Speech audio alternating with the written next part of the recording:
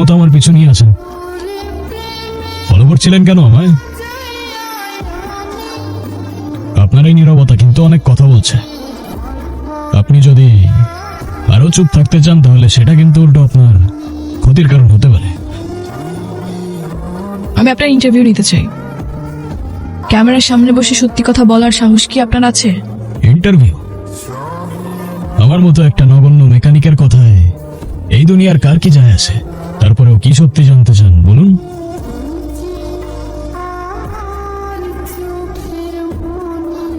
আপনার এই গ্যাংস্টার বা মাফিয়াগিরির কাজ কতদিন ধরে চলছে? কতজনের রক্ত লেগে আছে আপনার ওই হাতে? গ্যাংস্টার, মাফিয়া, অনেক ভারী ভারী শব্দ ব্যবহার করলেন আমার জন্য। আমরা তো সামান্য মেকানিক, গাড়ির মেরামত করি। তবে হ্যাঁ, এই লোহাগড়ের মানুষের চোখের জল মোছার জন্য মাঝে মাঝে কিছু মানুষের মেরামত করতে হয়। তাই গ্যাং নিয়ে প্রকাশ্যে মারধর করছেন, আইন হাতে তুলে নিচ্ছেন, আপনার কি তাদের জন্য একবারও মায়া হয় না? আপনার কি মনে হয় না আপনি সমাজের জন্য একটা অভিশাপ? আপনার ভুল ধারণাটা আমি বুঝতে পারছি, কি কথা? কিন্তু আগেই তো বললাম, মানুষের চোখের জল মোছার জন্যই আমরা মানুষের মেরামত করি। আমাদের এই দরবার মানুষের জন্যই, কারোর ক্ষতি করি না আমরা। একজন জলজান্ত খুনি বলছে সে নাকি কারো ক্ষতি করে না। হাস্যকর। বাদ দিন এসব ক্যামেরা। আপনি আমাকে এইটা বলুন, যদি আপনি কিছু করেই না থাকেন তাহলে ওই লোকটাকে আপনি এভাবে কেন মারলেন? কি করেছিল উনি? বিচার করার আগে অপরাধের ইতিহাসটা জানতে হয় সাইরা সাহেব। এই পৃথিবীতে অনেক সময় এরকম হয়, যেটা দেখা যায় সেটা হয় না, আবার যেটা দেখা যায় না সেইটাই হয়।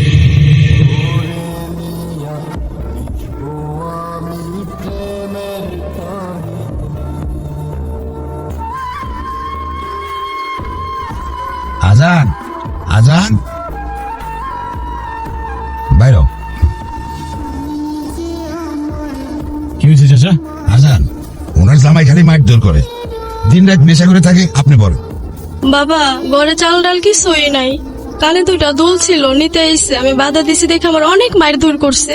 নেশার টাকার লেগে আমার প্রতিদিনই মারধর করে। একটা কিছু এখন করেন, আমার অনেক অশান্তি হইতাছে। আমি 2 টাক মাল পাঠাইছি, খালি ঝামেলা করে। টাকা দেনা, পয়সা দেনা, খালি ঝামেলা করে। কি করবো? এই হ্যাঁ ভাই, কি কাশেম খেলে গা ভাই, আমার মারতেছেন কে? কি করছি আমি? এই নিজের বউয়ের গায়ে হাত তুলতে তোর হাত কাঁপে না? ও আপনাদের কাছে বিচার দিচ্ছে? হ্যাঁ, ও আমার বউ, আমি মারিয়ার দড়ি, এ আমার ব্যাপার। যে মেয়েরে তার বাবা রাজকন্যার মতো বড় করে তোর হাতে আমানতের মতো তুলে দিছে, তার গায়ে তুই হাত তুলিস? এত সাহস তোর কে দিছে? যদি এই হাত দিয়ে সেকেন্ড বার তোর বউরে তুই মারতে যাস, আর কোনোদিন মারবো না। এলাকাটা আমার তো, ইনসাফটাও আমার। মনে থাকবে? মনে থাকবে। চল। চিত্রনাট্যটা মন্দ নয়। আবেগ, ইনসাফ আর মহানুভবতা সবকিছুই একদম নিখুঁত। গল্প আপনি ভালোই বানিয়ে বলতে পারেন আজান সাহেব। জানেন তো, সাংবাদিকতায় এরকম অনেক অপরাধী দেখেছি যারা নিজেদেরকে হিরো মনে করে, আর এরকম এক একটা মন গড়া জাস্টিফিকেশন দেয়। সত্যিটাকে যদি আপনি গল্প মনে করেন সাইরা সাহেব, তাহলে গল্পটাই সত্যি। দিন শেষে আমরা সবাই তো এক একটা গল্পের চরিত্র। কেউ শিকারী সাজে, আবার কেউ শিকার হতে হতে একদিন নিজেই শিকারী হয়ে ওঠে। কিন্তু এই স্বীকার করতে গিয়ে যখন আপনি মানুষকে রক্তাক্ত করেন, তখন কি আপনার নিজের পরিবারের কথা মনে পড়ে না? নাকি আপনার কোনো পরিবারই নেই? এই লোহাগড়ের ধুলা থেকে মানুষের দোয়া, সবই আমার আপন। আর বাকি রইল পরিবারের কথা। আমার বাড়ি খুব একটা দূরে না। আপনার ক্যামেরা আর সন্দেহ নিয়ে চলে আসবেন একদিন, দাওয়াত রইল।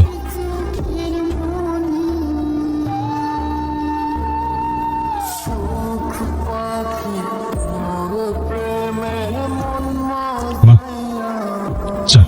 তুই আবার কষ্ট করে চা বানাতে গেছিস? মা, আজকে কিন্তু তোমার সাথে একজন দেখা করতে আসছে। আমার সাথে আবার কে দেখা করতে আসবে? আসবে মা, আসবে। বন্ধু না শত্রু হিসাবটা ঠিক মেলাতে পারেনি, কিন্তু মানুষটা খুব ভালো মা। মেয়েটা কে রে? এই মা, মেয়ে না ছেলে সেটা তো আমি একবারও তোমাকে বলিনি। মায়েদের অত কিছু বলতে হয় না, মায়েরা এমনিতেই সব কিছু বুঝে যায়। আচ্ছা এখন বল যে মেয়েটার সাথে তোর বিয়ের কথা কবে পাকাপাকি করবি? আরে ধুর মা, এরকম কোনো ব্যাপার না। আসেন আসেন আপা, ভিতরে আসেন। অনেকদিন বাঁচবেন আপনি। বাকি আপনার কথাই বলছিলাম আর আপনি চলে এলেন। আমার মা। আন্টি আসসালামু আলাইকুম। ওয়ালাইকুম আসসালাম। বসো মা, বসো। বাহ, তুমি দেখতে তো খুব মিষ্টি। নাম কি তোমার মা? আন্টি আমি সায়রা। ও, আপনি কেমন আছেন? আপনার শরীর সুস্থ তো? আমি আমি আছি, একটা স্টেশনে বসে আছি।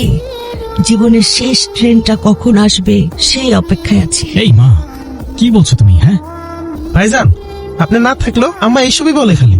ওরে বাপরে, কত নালিশ। আচ্ছা ঠিক আছে, আর বলবো না। মা, এখন বলো তো তোমাদের দুজনের পরিচয় কবে থেকে কিভাবে হলো?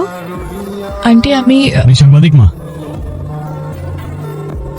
তোমার ছেলে যে পুরো শহর জুড়ে অশান্তি করে বেড়ায় সেটা নিয়ে উনি তদন্ত করতে চায়। তোমার ছেলেকে নিয়ে বড় একটা রিপোর্ট বানানোর ইচ্ছা তার। হ্যাঁ, কি বলেন ভাইজান? হ্যাঁ, মানে আমার ছেলেকে কিছু করেছে, বড় সড়ো তদন্ত হবে। মানে কি, কোনো সমস্যা? না আন্টি আন্টি ওরকম কিছু না, আপনি ঘাবড়াবেন না, উনি মজা করছে। ও আচ্ছা, মজা করছে। হ্যাঁ মা। আচ্ছা, এখন কথা দিয়ে তো আর পেট ভরবে না। কি খাবেন বলুন? আপনারা এখন রান্না বান্না করবেন? না না, এত কষ্ট করার কোনো দরকার নেই। আরে কিসের ঝামেলা আপা, আগুন দিয়ে রান্না করবো, গরম গরম পরিবেশন করবো। কি বলেন আম্মা জান? একদম ঠিক আছে, তুই রান্না কর। এখন কে কি খাবা তাই বলো। মাটন বিরিয়ানি। চল আলী, আজকে লোহাগড়ের 1 নম্বরের মাটন বিরিয়ানি বানাতে হবে। চলেন ভাইজান। চল।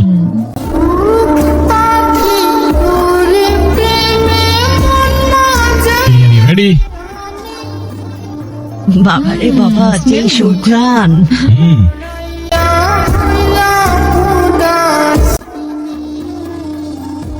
এরকম একটা মানুষের ব্যাপারে কেউ খারাপ কি করে বলতে পারে? আমি হয়তো মানুষ চিনতে ভুল করে ফেলছিলাম। যে ছেলে নিজের মায়ের এভাবে যত্ন নিতে পারে, সে আর যাই হোক মানুষের ক্ষতি করতে পারে না। আপনার মা কিন্তু অনেক মায়াবী একজন মানুষ। এত অসুস্থতার মাঝেও একটা মানুষ কত সুন্দর করে কথা বলে। কার মা দেখতে হবে তো। মা, হ্যাঁ, কেমন লাগছে এখন? তুই আমার কোলে থাকলে আমার সব সময় অনেক শান্তি লাগে। আজান, হুম? আজকে যে মেয়েটা এলো, মেয়েটাকে আমার খুব ভালো লেগেছে। মনে হয়েছে মেয়েটা খুব লক্ষ্মী মানুষ। তোর যদি কোনো আপত্তি না থাকে তাহলে মেয়েটার সাথে তোর বিয়ের কথাবার্তা আগাই। আরে মা, কি বলো? ওর সাথে তো পরিচয় এই কয়েকদিন হলো। এরকম কিছু না মা। না, মেয়েটাকে দেখে না খুব আপন লাগলো, বুঝলি? তোর কাছে ভালো লাগেনি? জানি না মা।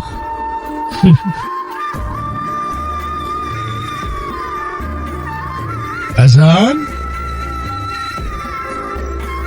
তোমার মতো একটা ছেলে এই ধুলো বালি মাখা গ্যারেজে, তোমাকে দেখে আমার খুব মায়া লাগছে। খুব। হ্যাঁ, তোমার জায়গা তো এটা না, তোমার জায়গা অনেক অনেক উপরে। কামরুজ্জামান সাহেব, এই ধুলোবালি মাখা গ্যারেজেই তো আমার রুজি। তা আমার গ্যারেজে পা রাখার কোনো বিশেষ কারণ? কারণ তো একটা আছে। তোমার জন্য আমি একটা চমৎকার প্রস্তাব নিয়ে এসেছি। এই যে লোহাগড়ার দুঃখী মানুষ একজন যোগ্য নেতা খুঁজছে, যোগ্য নেতা। তুমি আমার হাতটা ধরো। শুধু এই গ্যারেজ কেন, এই পুরো শহরটা তোমার হাতের তালুতে থাকবে। তুমি পলিটিক্সে জয়েন করো। ক্ষমতা হাতে থাকলে জনতাও হাতে থাকবে। আমি তোমাকে শেল্টার দিব, বিনিময়ে তুমি শুধু এই আমার লোকজন যা করছে তা করতে দিবে। তা আপনার ক্ষমতা আর জনতা আপনার হাতেই রাখুন না। হ্যাঁ? হঠাৎ আমাকে দিতে আসলেন কেন? আর আপনাদের পলিটিক্স, যেখানে আপনারা রক্ত দিয়ে সিঁড়ি বানান আর মিথ্যা দিয়ে তাজমহল করেন। সাবধানে কথা বলো। তুই জানিস তুই কার সামনে দাঁড়িয়ে কথা বলছিস? হ্যাঁ জানি জানি, এই লোহাগড়ের বাজারের সিন্ডিকেট, টলিতে গলিতে ড্রাগস আর গরিবের হাহাকার, এই সব কিছুর মূল কারিগরই তো আপনি।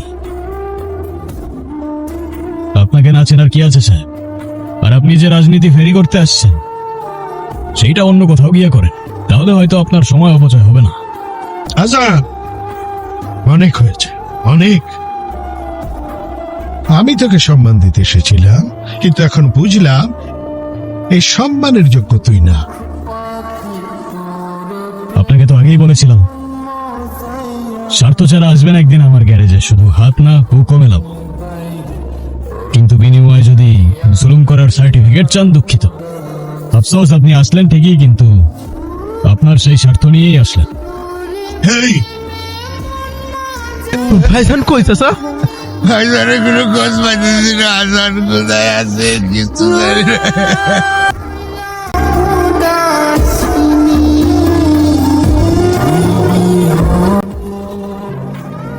হ্যালো, এটার মধ্যে কিন্তু জিপিএস ট্র্যাকার আছে। ও আচ্ছা,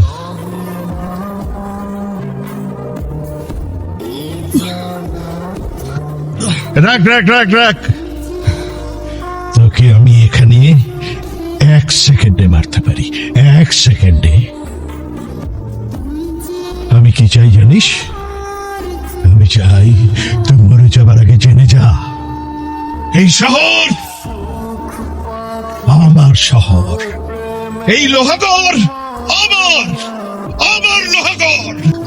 আল্লাহ, তুমি আমার আজানকে সহি সালামতে রেখো আল্লাহ, নিরাপদে রাখো। আমার আজানকে বুকে ফিরাই দিও আল্লাহ।